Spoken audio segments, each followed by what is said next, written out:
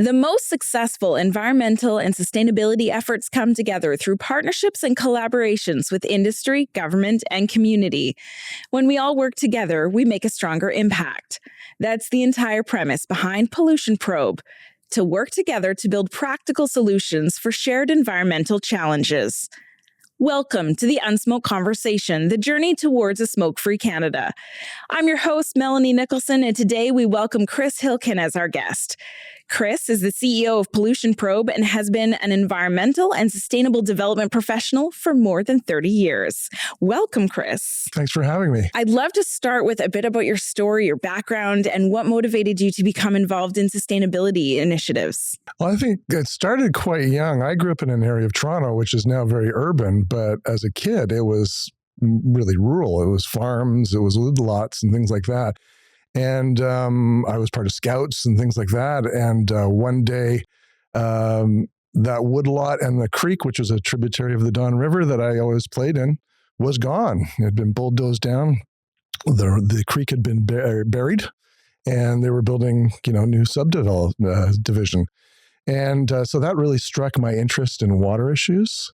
As a scout, recycling was a big thing, right? And it's the way we raised money. So we do drives for newspaper, for glass, for plastic and metals, sorry. And so those two things, I think, were early experiences that later on, as I jumped into academia, there are things I started to explore and learned sort of the deeper connections to what was happening in my neighborhood and the world, and really, form my career choice, I guess. So the interest in water is a lovely segue into the Great Lake Cleanup Initiative, which is a Pollution Probe project. Can you talk a bit about what that is and what's been accomplished so far? Sure. So the Great Lakes Plastic Cleanup is a joint initiative with the Council of the Great Lakes Region and Pollution Probe, and a multitude of other partners. It takes a village, right?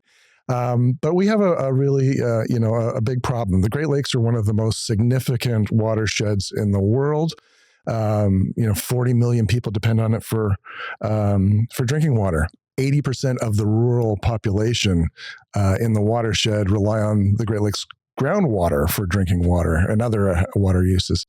If it was an economy, or if it was a country, it would be the third or fourth largest country in the world. That's how big it is. It spans 2 Canadian provinces and 8 states. It has environmental value, it has social value, and it has huge economic value.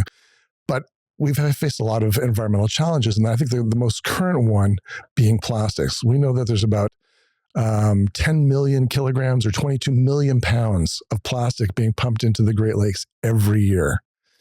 And so we decided to create an initiative to start, a lot of the solutions are going to take years to develop. So we thought, what is practical that we could do now? And so we created this initiative where we bring together environmental technology, communities, data, research to support policy so that we can start making changes now. What are some of the top things that you find through these cleanups that you're pulling out of the water? We've got devices all around the Great Lakes. We've got about 40 of them in the water right now. So the number one thing are small bits of foam. Then we get hard plastic fragments. And then we find a lot of pellets. These are called pre-production pellets. They call them nurdles. And we find a host of other things as well. But that's probably about half or more of all the stuff that we get. But, we also find things like cigarette butts in there. Let's talk about plastic. How does plastic waste impact the environment and the ecological landscape? Well, it has multiple impacts. I mean, the first one I think that everybody notices is the aesthetic, right? It's ugly. You'll find it all along the shorelines, on your beaches, etc. But more importantly, it finds its way into the food web.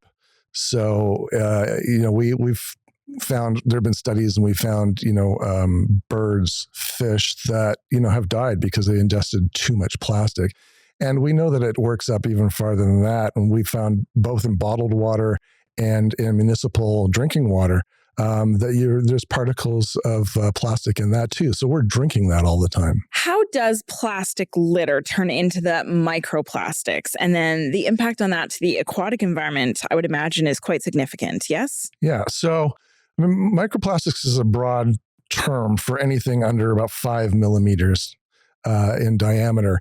And there's different kinds. So there's some that are actually created as microplastics, things like microbeads, which we have in a lot of products, including toothpaste. These pre-production plastic pellets, for example, are the precursors of a plastic product, right? They're melted and molded. But a lot of the microplastics that we're more familiar with, or we talk about more, are they were once larger plastics that end up in the environment, and over time, could be because of storms or whatever, crashing into rocks or whatever, they break into smaller and smaller pieces. And plastic never goes away, but it will get smaller and smaller over time. And so a lot of these plastics that we're talking about as called microplastics they were larger objects that over time have broken down into very small things. And so what happens, particularly with the very small ones, is you find like small fish and amphibians and things like that mistake it for food. And so they eat that, it starts filling up their gut. They can't digest it. So they basically will start to starve themselves to death. But before that, there might be a predator there that eats them.